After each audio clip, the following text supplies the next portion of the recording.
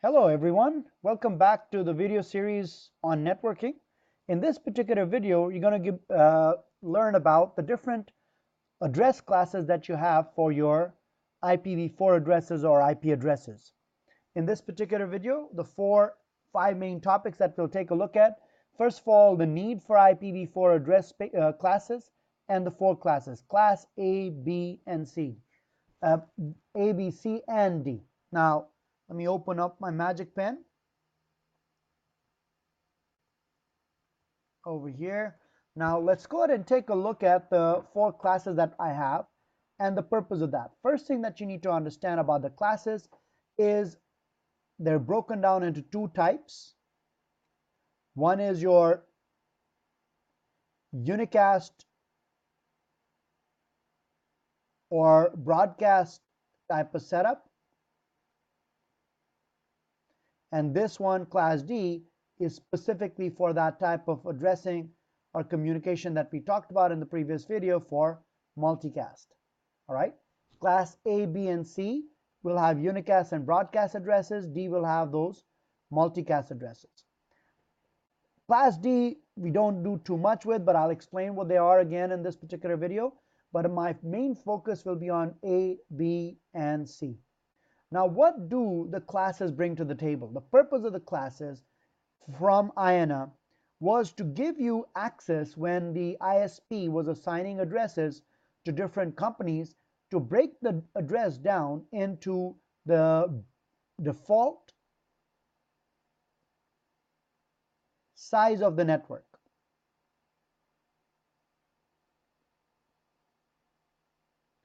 And that's what the class basically gives you.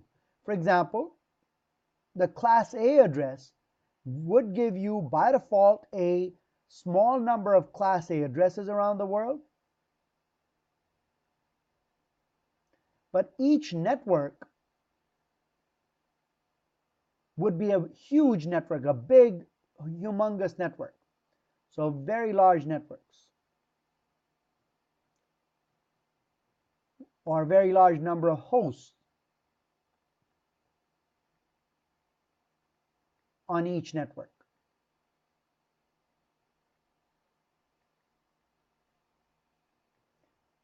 All right, that would be A.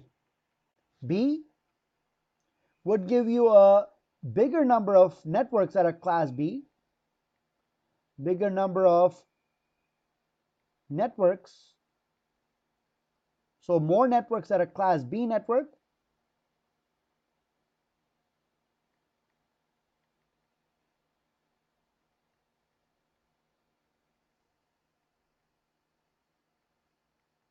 but smaller, not small, but smaller number of hosts. Okay. C, more number of what? Class C networks,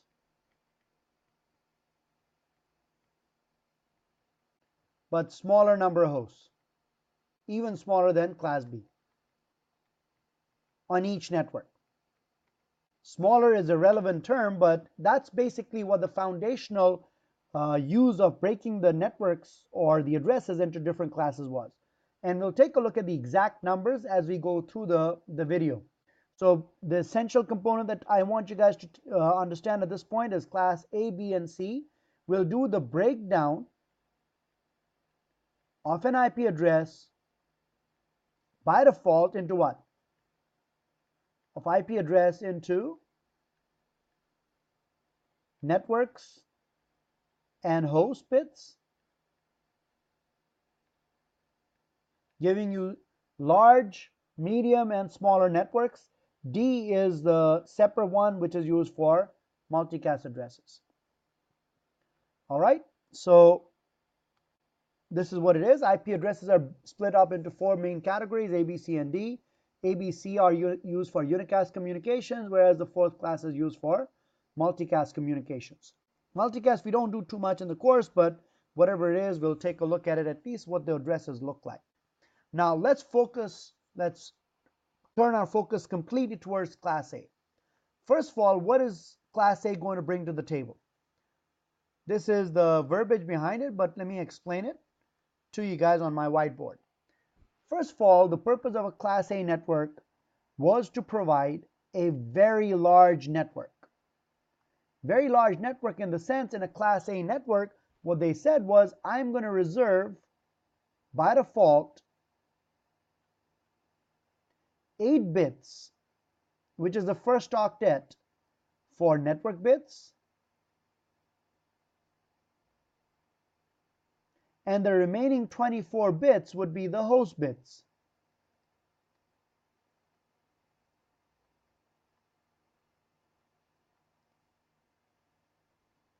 That meant there was a very small number of what? Class A networks, but each one had a huge number of hosts on it. How many? If you really want to do the number, it's 2 to the power of 24, which gives you in the excess of 16 million hosts per network.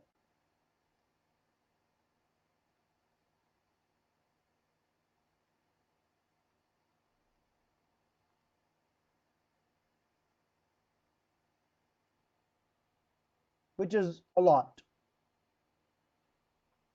All right. And how many of those networks did I have? A very small. There's 8 bits. It's not exactly 2 to the power of 8. I'll explain what the characteristic of a Class A address is. But you'll notice over here, small number of what? Class A networks, but each one having a large number of hosts on it. So a couple of characteristics of Class A, at least one of them I've described already for you, that it has the first 8 bits as what? Our network. Now, if the first 8 bits are the network, what is your subnet mask by default going to be for a Class A network? 8 bits means the first 8 bits, you remember on the subnet mask, are turned to 1. And the rest of the bits are going to be host bits. So you're going to have a whole bunch of what? 0 bits for the host bits in the subnet mask.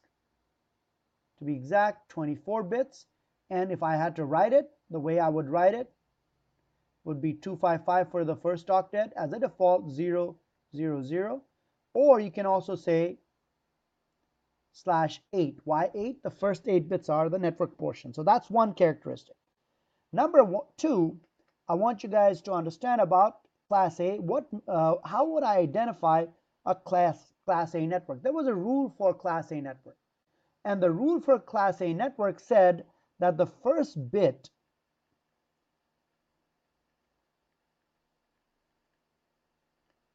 is always 0. So it was fixed to 0. Let me write that down for you. So first bit is 0. How many bits do I have in the first octet? Octet, 8 bits. So they mandated, INM mandated that the first bit has to be 0. So this is my network portion. So the first bit is 0. What is the first address that you could have? What is the lowest combination of numbers I could have over here? All zeros. But there's a rule that says all network bits cannot be all zeros. So I could not have all zeros, so the least significant bit I would need to turn on. That would be my first Class A network. That would be 0, 0, 0, 0, 0, 0, 0, 1. If I want to convert that into binary using my magic table again, into decimal from binary, the magic table looks like this.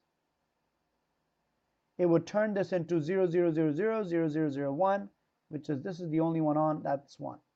And because the first bit was always 0 in a Class A address, it would mandate that, and the rest of the bits could be different. So the highest number that you could have over here was turning all the bits to 1, which is fine because if you look at the network address in totality, it has a 0 in front. Although it's fixed, but it's part of the network bit, so it's okay. This is a valid number. If I add that up, it's 64 plus 32, 96, plus 12, plus 16 is 112, 120, 124, 126, and 127. So if you see an address, an IP address with the first octet being either anywhere between 1 through 127, you know that it's a Class A address. Just by looking at the first octet, you have the ability to determine what class network is it. And if it's a Class A network, the default mask, which specifies the subnet mask, which specifies which bits are the network bits, is going to be a /8 mask, which can be written as 255.0.0.0. All right. So what are the two characteristics that you have learned so far about a Class A network? Number one, that the first 8 bits are what? Network bits. The remaining 24 bits are host bits, which makes the mask as what? 255.0.0.0 or /8. The second characteristic which you saw was the first bit is what? 0, which gives you the first octet as anywhere from 1 through 127. The third thing that you also need to understand, when they were designing this addressing space, they really did not envision it to be what it is today, that it's basically connecting the entire world to each other. So what they said was, I need an address to identify myself. So if I want to test something on my device, I need an address for that.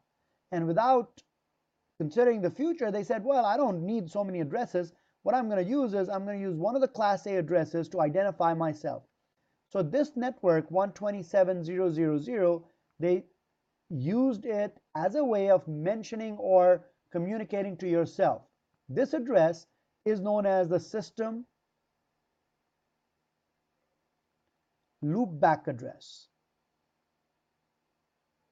So every device automatically gets this address assigned to it.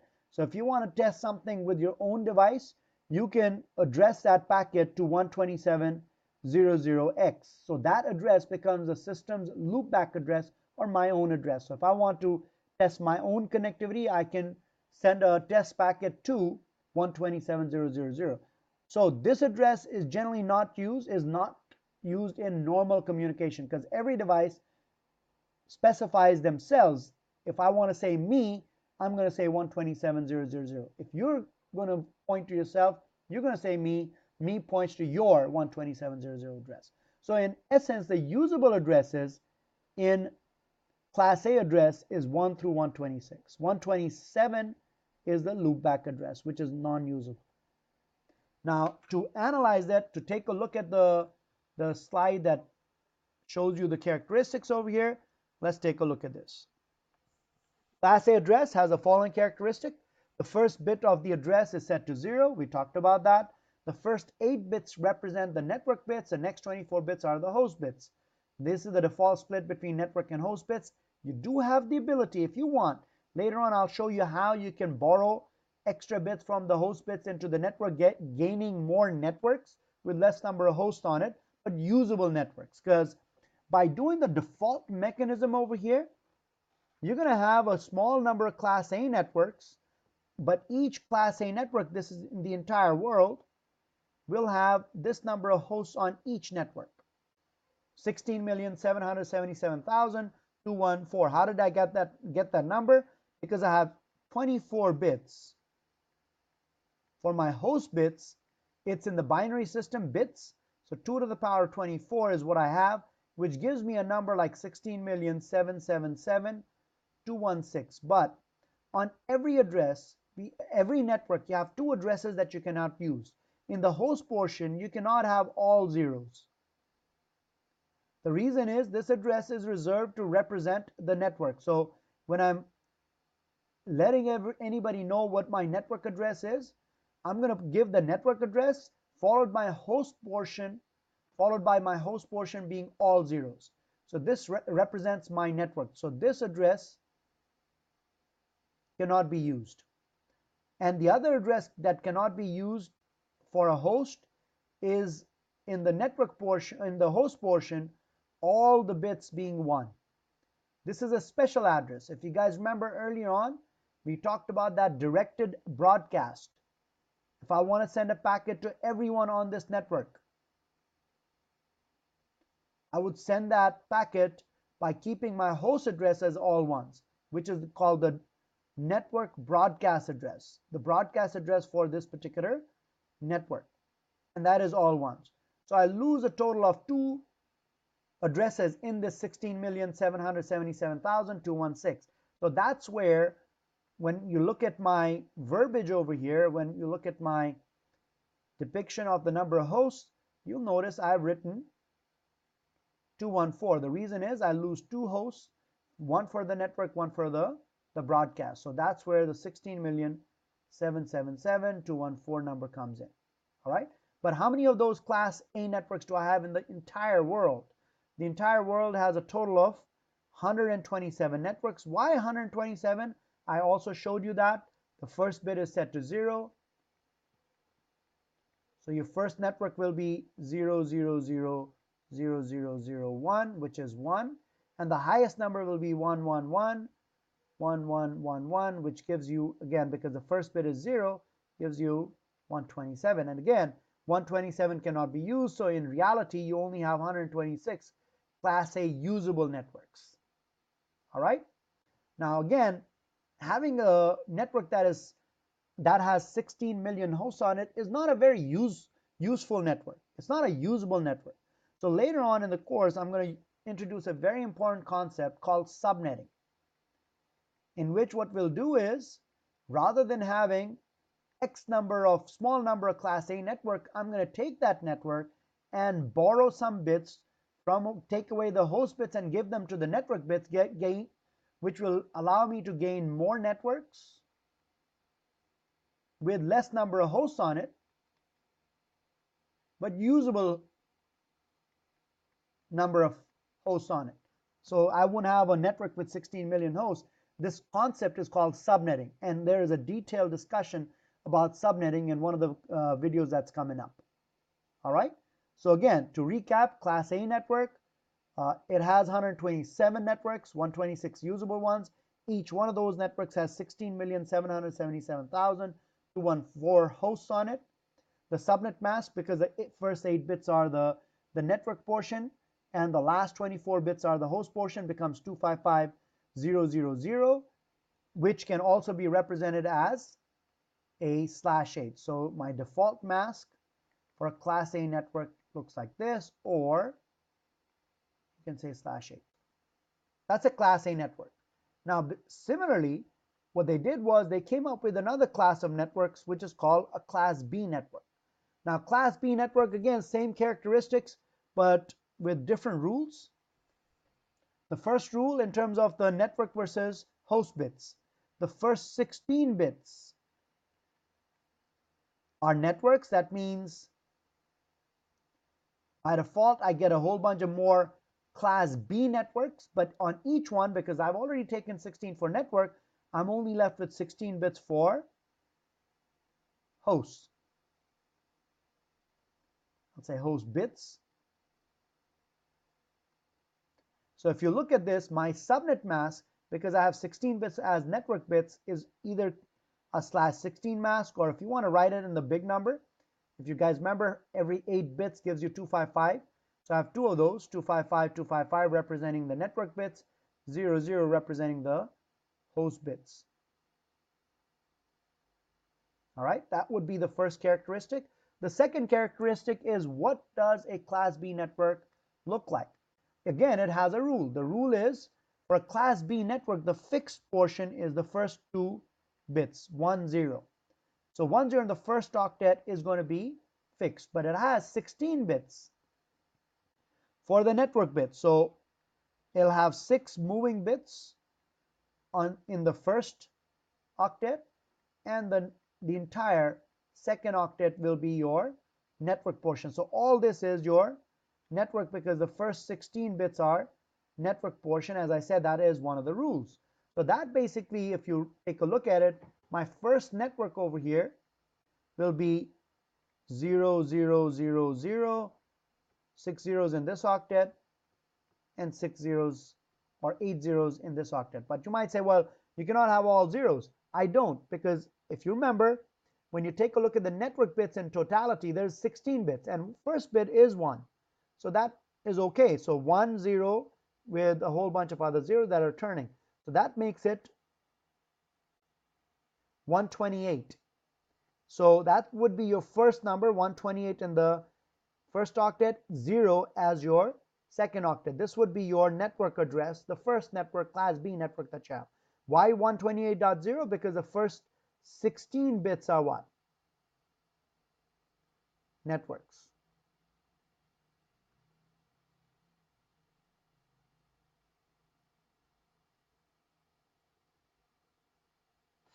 All right.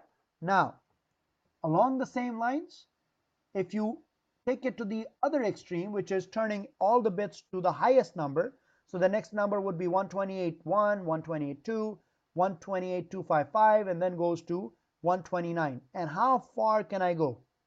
If I keep on adding or putting ones all the way across,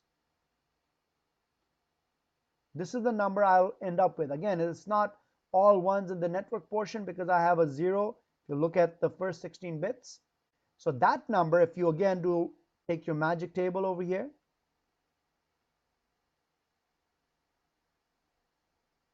the number that I have is 10, which is fixed, 111, 111, which is 128 plus 32, 160, 176, 184, 188, 190, 191. So this number is 191 to 255. That's your range of addresses. So again, it would go like this: 128.0.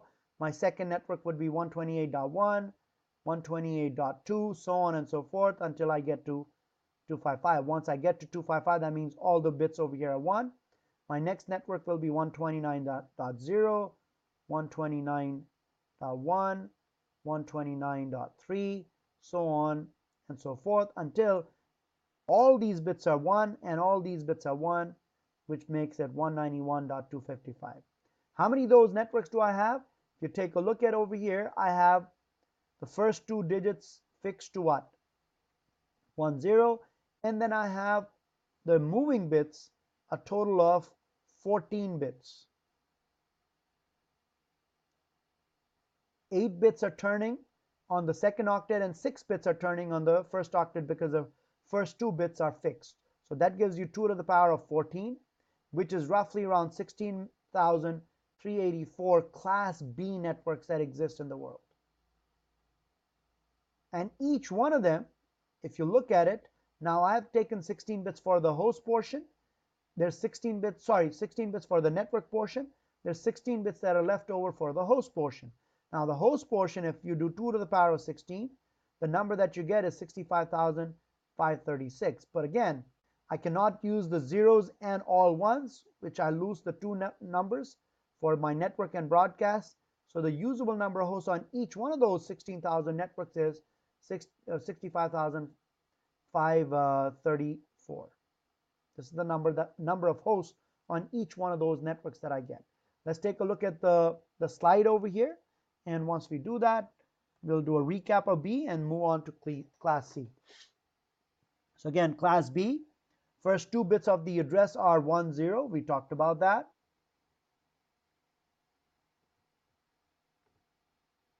I don't like black, so I'll put blue over here. The first 16 bits of the address represent the network bits. The other 16 represent the host bits. That basically makes your subnet mask 255.255.0.0, or you can represent it as /16 because the first 16 bits are the network bits. There are more class B networks in the world. Each one of those networks has a less number of hosts on it. So if class A had 126 usable networks, each one with 16 million hosts on it, class B, there are 16,384 class B networks, but each one only has 65K worth of users. That is this number over here. All right. Again, even in class B, I will borrow the bits to get more usable networks if I want to. The subnetting thing that I talked about earlier on, again, you will spend an entire video just on subnetting. That's B. Now, you guys probably have the gist by now. We're moving from 8 bits for the network to 16 bits for the network. class C takes another octet for the network. So in a class C network, basically what the story is that the first 3 octets, basically 24 bits, are network and 8 bits are host bits. That's the breakdown. 24 bits network, 8 bits host. All right. Now the other rule, that's one of the rules that was there, was how many bits are the network and what bits are host. What is the subnet mask over here for a class C network then? 255, 255, 255.0, or you can write it as /24 because 24 bits are the network portion. Now the other thing is a rule. The rule is the first 3 bits of a class C address are always 1, 1, 0. But it is 24 bits, so your moving bits are 5 bits in the first octet, the entire second octet, 8 bits, so that's 13 so far, and another 8 bits in the third octet are moving bits. So the total number of bits that are moving over here is 2 to the power of 21. This is the number of class C networks in the world. And the first number, again, just like I did for B, you just have an extra octet over here, would be all zeros in the first one, all zeros in the second one, and all zeros in the third one. You might say your network portion cannot be all zeros. It is not, because the first 2 are preset or fixed to 1, 1.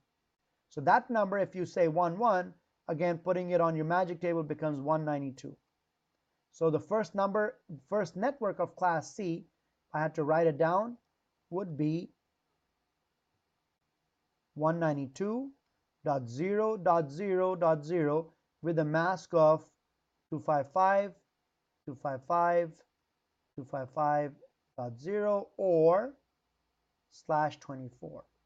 The largest number, if you take a look at this first octet again, 110, and the other 5 bits, I turn all of them to 1, and I put it on my magic table, 128, 64, 32 is 0, then you have 16 plus 8 plus 4 plus 2 plus 1, which is 192, 208, 216, 220, 222, 223. 223, and all of them can be 1s. Again, you can have all the second and the third octet be 1 because this one is a 0. So this would be your highest value of a class C network. Same mask, same everything. So again, 192.0.0.0 to 223.255.255.0. So again, if I want to identify a class A, B, or C network, easy way of doing it, look at the first octet. If it's between 1 through 127, it's a class A, although you know 127 cannot be used. B, the first octet will be between 128 through 191 because of that rule. The 0, 1, 0 over here, 0 over here, 1, 1, 0 over here, and 192 through 223 for a class C. Just by looking at the first octet, you should be able to tell whether it's an A network, a B network, or a C network. Now let's take a look at the slide and take a look at what the slide has to say for it. Again, class C address has the following characteristic, which we have already taken a look at. 110, 24 bits are the network, 8 bits represent the host. So again, you know the mask. What is the mask again? 255, 255, 255.0, or you can write it as /24. Now the rule again, the first 3 bits are 110, so that gives you a combination of 192 through 223 in the first octet. So by looking at the first octet, you should be able to see it's a class A, B, or C network. Now, how many hosts do I have on this network? I'm only left with 8 bits. So if I look at 8 bits, 2 to the power of 8, which gives me 256. But I cannot use the zeros and ones for the network and the broadcast. So subtract 2 from it. 254 is the usable portion of it. Even in a class C address, if I want smaller number of hosts on a particular network, I have the ability to borrow the host bits from the 8 bits. I can take some of the bits and give it to the network portion, making it a subnet. We'll take a look at that in the next video. So that's class C. So these are the three class of addresses that you have for your unicast communication or broadcast communication. The next one that I'm going to talk about is not very widely used. It's got its own specific applications. It is a class D address. Class D address, as I spoke about earlier on, is used for that one-to-many type of applications, which is the multicast applications. But again, how do I identify an address that is reserved for these multicast applications? It also has a rule, just like the unicast addresses of A, B, and C.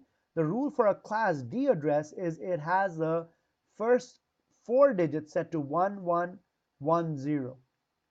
All right, so if you take a look at that and do the same type of calculation that I've done for A, B, and C, you will see that 1110 fixed, you have 4 bits that are turning, and that gives you a combination of 0000 to 1111. If you take a look at that first octet, it'll be 110, which is 224, 0000 through 224 plus 8 plus 4 plus 2 plus 1, which is 239. So if you see the first address and it is between 224 to 239, you know it's a multicast address that will be specifically used for applications that are using that.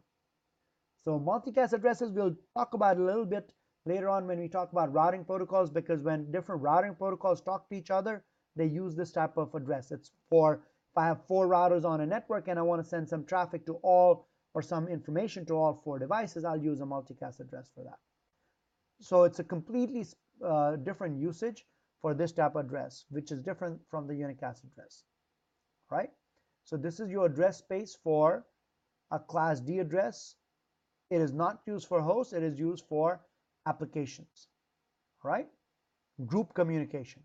And that's basically your 4 classes of addresses in the IP address space. To summarize it, what I've done is I've created a table that tells you the A, B, and C. How do I know it's an A or a B or a C address? By looking at the first octet. The first octet classifier, if the number is between 1 through 127, it's a class A address. The number is between 128 to 191, it's a class B address. If it's between 192 and 223, it's a class C address. If it's between 224 to 239, it's a class D address. And what's the rule for it? The rule for a class A address, as we discussed, is the first bit of the first octet is always going to be 0, which gives you a combination of 1 through 127, but the usable one is 126. And that's what I've shown you about the network or the IP address structure. The N, the first octet by default, is the network. The last 3 are hosts. That makes my subnet mask this. What's the other way of writing the subnet mask over here is 8. And this is the number of hosts on it, 2 to the power of 24 minus 2, which is 16,777,214 hosts. Class B network, we also took a look at that. The rule for that is the first 2 digits are 10, with the rest of being 0000, which gives us this number for my classifier in the first octet. But my network addresses, the first 2 bits, first 2 octets are my network. The next 2 octets are my host. That gives you that mask or a /16 mask. The total number of class B networks out there, and each network has this number of hosts on it, which is 65,534, although the number 2 to the power of 16 gives you 536. 2 are taken away. Same thing with class C. The rule over here is 110, so that gives you this range. The first 3 octets are network, the last octet is host. This gives you this mask, or you can write that mask as /24. This is the number of class C networks out there, each one having 254 hosts. Multicast, as I said, it's its own genre of IP addresses. It is going to have addresses assigned to specific applications or protocols, so there's no concept of subnet mask with multicast addresses. All right, let's take a look at some of the review questions that will bring in the key concepts that were covered in this particular video. Identify the class of the following networks. Now, how do I do that? All I got to take a look at is the first octet. If the first octet is between 1 through 127, it's a Class A address. So 1 through 127 is this guy, it's a Class A address. 128 through 191 is a Class B, which makes this a Class B address. 192 through 223 is a Class C. What is the default mask of the following network? So this, again, is a Class A network by looking at this. Again, what makes it a Class A? 1 through 126 in the first octet. So that subnet mask, the default subnet mask for that would be 255.0.0.0 because the first 8 bits in a Class A address are your network portion, the rest is the host portion. Or I could have said /8 over here. 200.111, 200 is a Class C network. Why? Between 192 to 223. So if it's a Class C network, my mask over here is /24 or 255.255.255.0. And then you have this address over here, which falls under the B range of 128 through 191. So if that's the case, my mask is /16. So the mask would be 255.255.0.0. Write the following mask in the slash format. 255.0.0.0, that means the first 8 bits are your network bits. 255.255.0.0. 16 bits are network portion. 255.255.255.0 is 24. I need to fix it over here. I have a typo. So when you get the slide, you have the right information. It's 255, not 225. All right. All good, guys. Hopefully you understand this. This was a very important video that sets up the stage for the next video, which is subnetting.